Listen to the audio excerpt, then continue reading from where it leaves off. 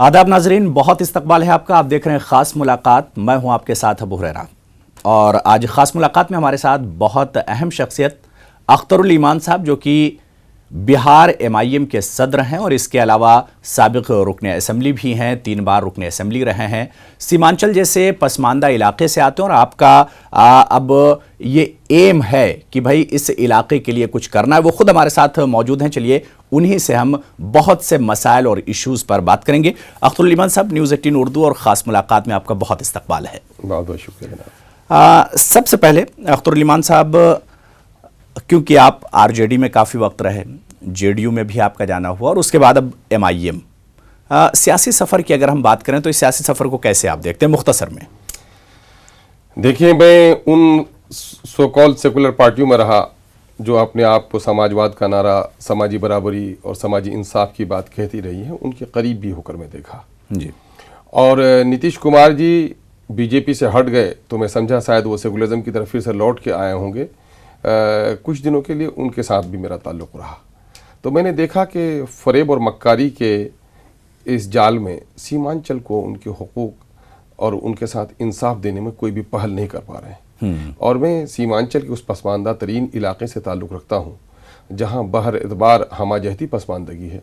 इसलिए मैंने इस सियासी सफ़रनामे को, जो आप कहेंगे कि कुछ समझ कर ही हुआ हूँ मौजे दरिया का हरीफ, वरना जानता मैं भी हूँ कि आफियत साहिल में। मैं इस वक्त बिहार की उन सियासी पार्टियों का जिनका रौब है, जिनका दबदबा है, जिनके अपनी एक पॉलिटिकल साख है, बिल्कुल, उससे छोड़कर मैंने खादार वादियों का सफ़र शुरू किया है। तो मैंने कुछ चीज़ें देखी हैं कि उस इलाके के साथ इंसाफ उसी वक्त मुमकिन है जबकि उस इलाके के लिए अलग से कोई सियासी पहल शुरू हो। उसकी मैंने शुरुआत करी। नहीं तो अब क्योंकि MIM के साथ हैं, MIM का बिहार में बहुत यानी उस तरह का बेस नहीं है, जैसा कि क्योंकि आप RJD जैसी बड़ी पार्टी, JDU जैसी पार्टी को छोड़कर MIM में आए, कैसा मुस्तकबिल यहाँ पर आप देखते हैं? क्या कुछ आप लोगों ने अब मेहनत शुरू की है वहाँ पर? देखिए, सियासी दुनिया में 2 तरह की मुस्तकबिल लोग देखते हैं। एक तो है कि ज़ाती मुनफ़त की बात करते हैं, इज़्ज़त, शोहरत और दौलत उनके पेश नज़र होता है।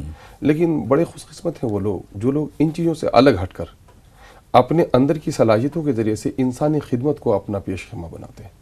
और मैंने सीमांचल के साथ हो रही नाइंसाफ़ी, जुल्म और महरूमी के ख़िलाफ़ लड़ाई को अपनी मुक़द्दर मान लिया है कि ये मेरा फ़रीज़ा बनता है कि जिस सियासी दावपेच से मेरा गुजरना हुआ और जाकर अंदर से इनको देखने का मौका मिला तो मैंने शिद्दत के साथ ही महसूस किया है कि सीमांचल के लोगों को उस वक्त तक हक़ व इंसाफ नहीं मिल सकेगा जब तक कि सीमांचल के लोग अपने साथ हो रही नाइंसाफ़ियों के ख़िलाफ़ खुद खड़े न हों।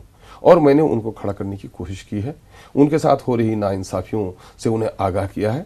और सिर्फ यूँ ही नहीं जो सियासी पार्टियाँ बात करती हैं, बल्कि मैंने तकाबुली मुताले के ज़रिए से कंपेरेटिव डेटा बेस्ड कि बिहार की दूसरे अज़ला में सूरत हाल क्या है और इन अज़ला में सूरत हाल क्या है। अगर आप सीमांचल का मुताला करेंगे तो आप पाएंगे कि आज़ादी के वक्त पूरे बिहार में सबसे खुशहाल तरीन जो इलाका था वो सीमांचल है। और 70 सालों के बाद आज़ादी के क्या सौगात उनको मिले हैं ये आप देखेंगे कि पूरे बिहार में सबसे बदहाल, कंगाल, फटेहाल, महरूम और मजलूम लोगों की आबादी जहाँ बस्ती है उसका बिल्कुल। इस पर हम सीमांचल के इशू पर भी आएंगे क्योंकि सीमांचल एक बहुत बड़ा इशू है और आपने जैसा कि कहा कि भाई 70 साल हो गए लेकिन सीमांचल वाले तरक्की से कोसों दूर हैं। जी जी। उस पर भी हम बात करेंगे। लेकिन अगर हम मुस्लिम लीडरशिप की, अख्तरुल ईमान साहब बात करें, आप बहुत एक्सपीरियंस रखते हैं इस फील्ड में, सियासत में। मुस्लिम लीडरशिप, ख़ासतौर से मुस्लिम लीडरशिप की अगर हम बात करें तो मुस्लिम समाज ही मुस्लिम लीडरों पर एक तरह से भरोसा नहीं करता है अभी तक, जो हम लोगों ने देखा। इसकी वजह क्या है? देखें कि आज़ादी के माक़बल आप देखें यही मुस्लिम आवाम रही है और इन्होंने तहरीक आज़ादी में जो रोल अदा किया है तो जाहिर है कि आवाम सालेह आवाम के ज़रिए से अच्छी क़यादत उभर कर सामने में आती है। इन 70 सालों तक मुस्लिम आवाम को नाखानदा, पसमानदा, गुर्बत, फटेहाली और तरह तरह की दुश्वारियों से दो चार कर दिया गया। और जाहिर है जहाँ तारीकी होती है तो वहाँ सारी खराबियाँ पैदा हो जाती हैं। तो यकीनन है कि अवामी जो बदहाली आई है उसकी वजह से उसका असर क़यादत पे भी पड़ा है। अपने सालेह क़यादत को और गलत क़यादत के दरमियान में तमीज़ करने की सलाहियत कहीं ना कहीं मिल्लत से गुम हो गई है। और एक बड़ा अलमिया ये है कि हमारा जो दानिश्वर तबका है वो कहीं ना कहीं किनारा कस हुआ है। और आप ये भी देखेंगे कि मुस्लिम आवाम में मुस्लिम क़यादत और सियासी शऊर को बेदार करने में उर्दू मीडिया का बड़ा रोल रहा है। लेकिन आप ये देखेंगे कि उर्दू मीडिया भी आज कहीं ना कहीं कमज़ोर हो गया है या मजबूर हो गया है, जिसकी वजह से उनकी सियासी और समाजी आबियारी नहीं हो पा रही है ना। आप देखेंगे कि हिंदुस्तान की आज़ादी के वक्त मुस्लिम अक़लियत को भी सरकारी नौकरियों में बड़ी अच्छी हिस्सेदारी थी, अदालतों में भी उनकी हिस्सेदारी थी। अब वो अदालतों में भी उनकी हिस्सेदारी नहीं रही और एडमिनिस्ट्रेशन भी उनका हिस्सा नहीं रहा। तो जाहिर है कि जो लोग यहाँ से महरूम हो जाते हैं। नहीं तो अगर अब हम सीमांचल की खास तौर से बात करते हैं, जिस एरिया से आप आते हैं, वहाँ तो मुस्लिम लीडरशिप बिल्कुल ना के बराबर है। जी जी जी। अब फिर उसके लिए आप लोग क्या कर रहे हैं कि भाई मुस्लिम लीडरशिप आए, सामने आए, नई नस्ल को किस तरह से आप लोग सियासत? देखिए, सिर्फ हम मुस्लिम लीडरशिप की बात नहीं करते बल्कि हम मुनसिफाना लीडरशिप की बात करते हैं। अच्छा, है ना। और सीमांचल में जो हालत मुस्लिम अक़लियत की है वही हालत वहाँ के दलितों की है।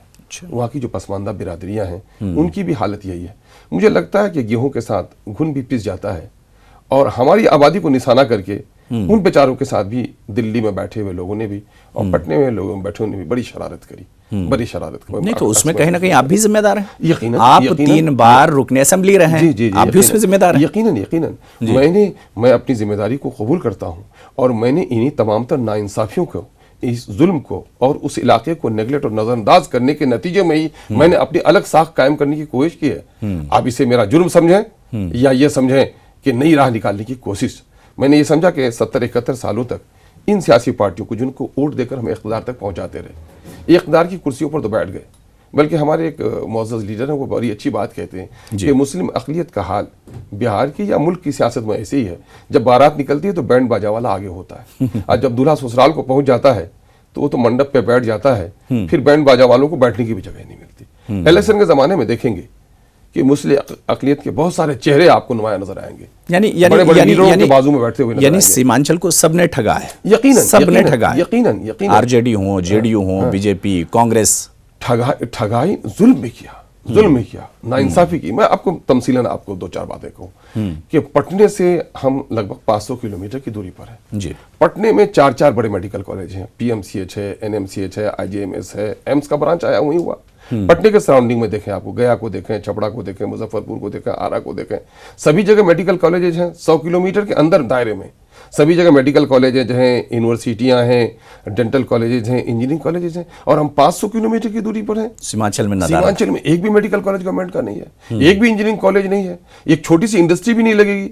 इसका नतीजा ये हुआ कि पर कैपिटा इनकम जो बिहार में सबसे लोएस्ट है वो सीमांचल का है और लिटरेसी रेट भी यहाँ बहुत कम है। आएंगे इस पर भी हम बात करेंगे, सीमांचल पर हम आएंगे, बात करेंगे। फिलहाल छोटा सा ब्रेक लेंगे। ब्रेक के बाद अख्तरुल ईमान साहब खास मुलाकात में हमारे साथ जुड़े रहेंगे।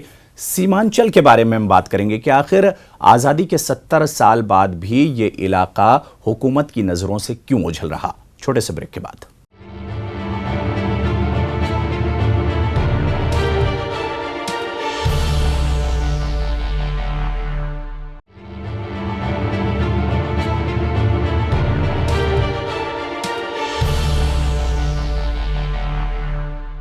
ब्रेक के बाद एक बार फिर नाज़रीन आपका बहुत इस्तकबाल है और आप देख रहे हैं ख़ास मुलाकात। और आज ख़ास मुलाकात में हमारे साथ बहुत अहम शख्सियत अख्तरुल ईमान साहब, बिहार MIM के सदर हैं, वो मौजूद हैं और हम ख़ास तौर से बात कर रहे हैं सीमांचल की पसमानदगी की। अख्तरुल ईमान साहब, जैसा कि आपने पहले सेगमेंट में कहा कि भाई 70 साल हो गए लेकिन किसी को सीमांचल की पसमानदगी नहीं दिखी, चाहे वो RJD हो, JDU हो, सेंट्रल गवर्नमेंट हो, BJP, कांग्रेस, कोई भी हो। वजह इसकी क्या देखते हैं?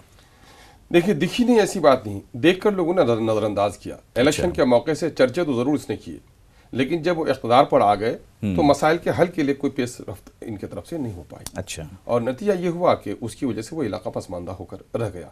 हालांकि अगर आप देखेंगे तो पूरे हिंदुस्तान में सबसे ज्यादा पुरअमन और पुरसुकून इलाका और कौमी एकजहती का अलमबरदार कोई इलाका अगर आपको नजर आता होगा तो वो सीमांचल का इलाका है। और कहा जाता है कि जहाँ पुरसुकून फिजा हो वहाँ तरक्की के परिंदे परवाज करते हैं, लेकिन अफसोस कि हम पुरसुकून रहे और हम ही महरूम रहे। और वो जगह जहाँ लोगों ने इनकलाब जिंदाबाद के नारे दिए, ट्रेन की पटरियाँ उखाड़ दी। आप देखेंगे मेवात के इलाके में जाट भाइयों ने हमारा जो कुछ किया, जो कुछ गुज्जर भाइयों ने हमारा किया, या पंजाब के दखानों ने पिछले दिनों में भी किया था। तो लगता है कि इख्तिदार में जो लोग बैठे हुए हैं वो लोग सिर्फ ताकत की भाषा समझते हैं और वो लोग ये समझते हैं कि जब तक हम तखरीब पर आमादा नहीं हो तब तक उनको हक नहीं मिलना चाहिए। और सीमांचल के लोगों ने तखरीब पर कभी यकीन नहीं किया। उन्होंने ये कहा कि सराफत के साथ हम अपने हक मुतालबा करेंगे, जमहूरी निज़ाम है, हम अपने कायदीन को तो अब जमहूरी निज़ाम में तो अख्तरुल ईमान साहब, जमहूरी निज़ाम में कहा जाता है कि भाई सरों को गिना जाता है। हाँ, आप निकल कर आते, अपनी मांगों को रखते। देखिए सवाल ये पैदा होता है कि शराफत छीनते छीनते भी देर लगती है। हमारा जो तरीका रहा बिल्कुल पुरअमन तरीका रहा है। हम लोगों ने ये समझा कि चलिए इख्तियार की तब्दीली से भी कोई तब्दीली आएगी, लेकिन कोई तब्दीली नहीं आई। इसलिए आप देखेंगे इस वक्त कि बिहार के इख्तियार से और मरकज के इख्तियार से बिल्कुल लापरवाह होकर हम लोगों ने एक अलग लड़ाई शुरू करी है। और लड़ाई शुरू की कि बिहार के इख्तियार तब्दीली में भी हम हिस्सेदार बने, मरकज के तब्दीली में भी हम हिस्सेदार बने, लेकिन वफा किसी ने हमसे नहीं किया। इसलिए हम लोगों ने सीमांचल के लोगों की बात ठानी है कि साहब हम सीमांचल के मुद्दे पर लड़ेंगे, वहां के महरूम बच्चों की लड़ाई लड़ेंगे। आप देखेंगे हैदराबाद शहर हो या दिल्ली हो या बॉम्बे हो, बड़े शहरों में देखे जाइए आप, जो मासूम बच्चे होटल में पोछा मारते नजर आएंगे, यकीनन है कि उसमें 100 में से 80 बच्चे हमारे सीमांचल के होंगे। वो मासूम बच्चे जो जिनके माँ के आगोश में होना चाहिए था, जिनको मकतब में होना चाहिए था, वो पोछा मारते हुए मिलेंगे। आप पंजाब के खेतों में जाएं, हरियाणा में जाएं, आप देखेंगे कि वहाँ के खेतों में काम करने वाला, जलने वाला, सड़ने वाला, गलने वाला अगर मजदूरों की बड़ी तादाद है तो वो सीमांचल की है। ईंट पत्थर ढोते हुए हमारे लोग हैं। और दूसरी तरफ आइए सीमांचल के उस इलाके में, बिहार में भी नौकरी में भी 4-5% की हिस्सेदारी नहीं है वहाँ पर, है ना। तो सवाल ये पैदा होता है कोई इलाका तरक्की कैसे करेगा? तो न वहाँ पर क़यादत व क़ुव्वत है, न ब्यूरोक्रेसी की में वहाँ नुमाइंदगी है, न कल कारखाने लगे हैं। तो सीमांचल को सबने ठगने का काम किया। ये जो नीतीश जी अभी आए, जिन्होंने इंसाफ के साथ तरक्की की दावेदारी की बात करी, इन्होंने भी पूरी तरीके से सीमांचल को ठगने का काम किया, है ना। केंद्र में मरकज में बैठे यूपीए के लोग थे, अलीगढ़ यूनिवर्सिटी के ब्रांच के सिलसिले में आप बात करेंगे तो केरल में 60 करोड़ रुपए मिले, तामीरात का काम हुआ, 38 लोगों की बहाली हुई, मुर्शिदाबाद में भी बहाली हुई। लेकिन आपको सुनकर हैरत होगी कि मुर्शिदाबाद और केरल से ज्यादा पसमानदा हम है। लेकिन हमारे यहाँ का मामला ये है कि हमारे यहाँ आज तक न एक ऑफिस का कमरा बन सका है, न एक चपरासी की बहाली हो सकी है ना।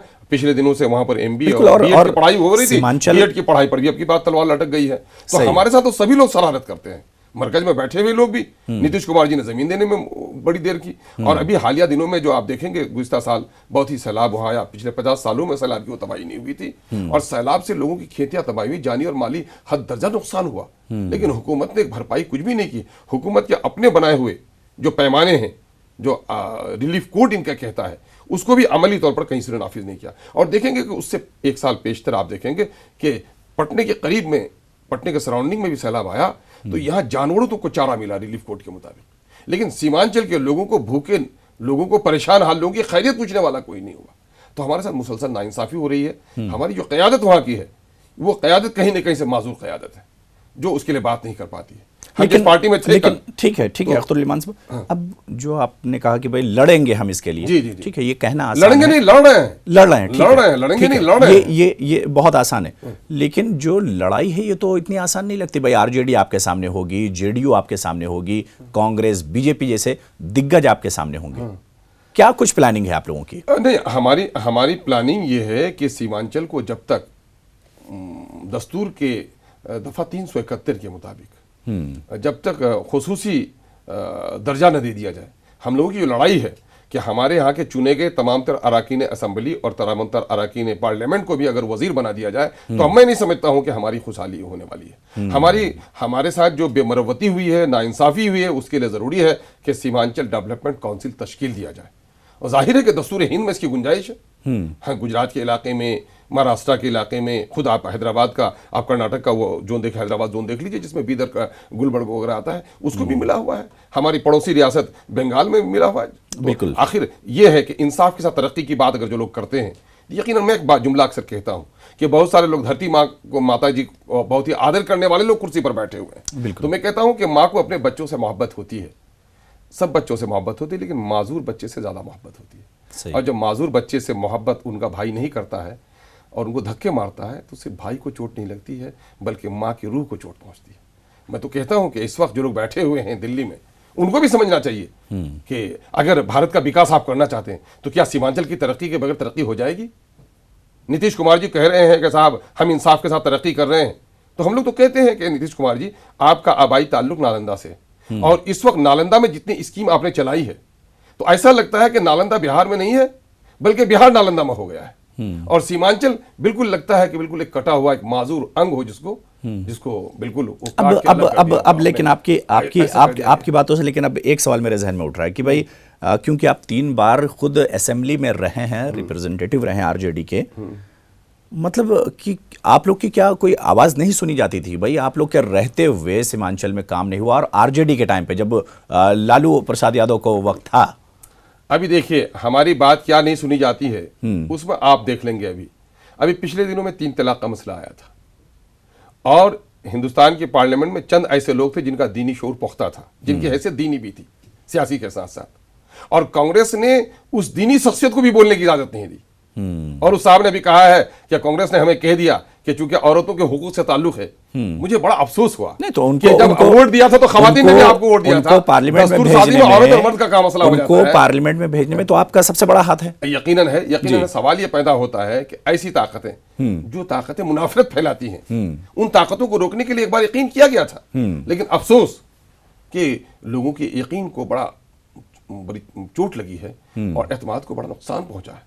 और यही नहीं, मैं तमसीलन कर रहा हूं, मैं उस जाते गिरामी की तरफ कुछ कहने का मनसा नहीं है। असल मनसा यह है कि कांग्रेस जैसी पार्टी भी ऐसे इशूज पर जो एक खास तबके का इशू हो और उस तबके का नुमाइंदा हो उसको भी बोलने की इजाजत नहीं। ये लड़ाई बहुत मुश्किल है और बहुत लंबी एक तरह से लड़ाई की जाती है, और जो आपका हौसला और आपका आज़्म है, देखना दिलचस्प होगा कि किस तरह से आप लोग ये लड़ाई लड़ते हैं। छोटा सा फिलहाल ब्रेक यहाँ पर लेंगे। नाजरीन कहीं मत जाइए, अख्तरुल ईमान साहब लगातार हमारे साथ जुड़े हुए हैं और ब्रेक के उस पार अख्तरुल ईमान साहब मुल्क के मौजूदा हालात को कैसे देखते हैं उस पर बात करेंगे।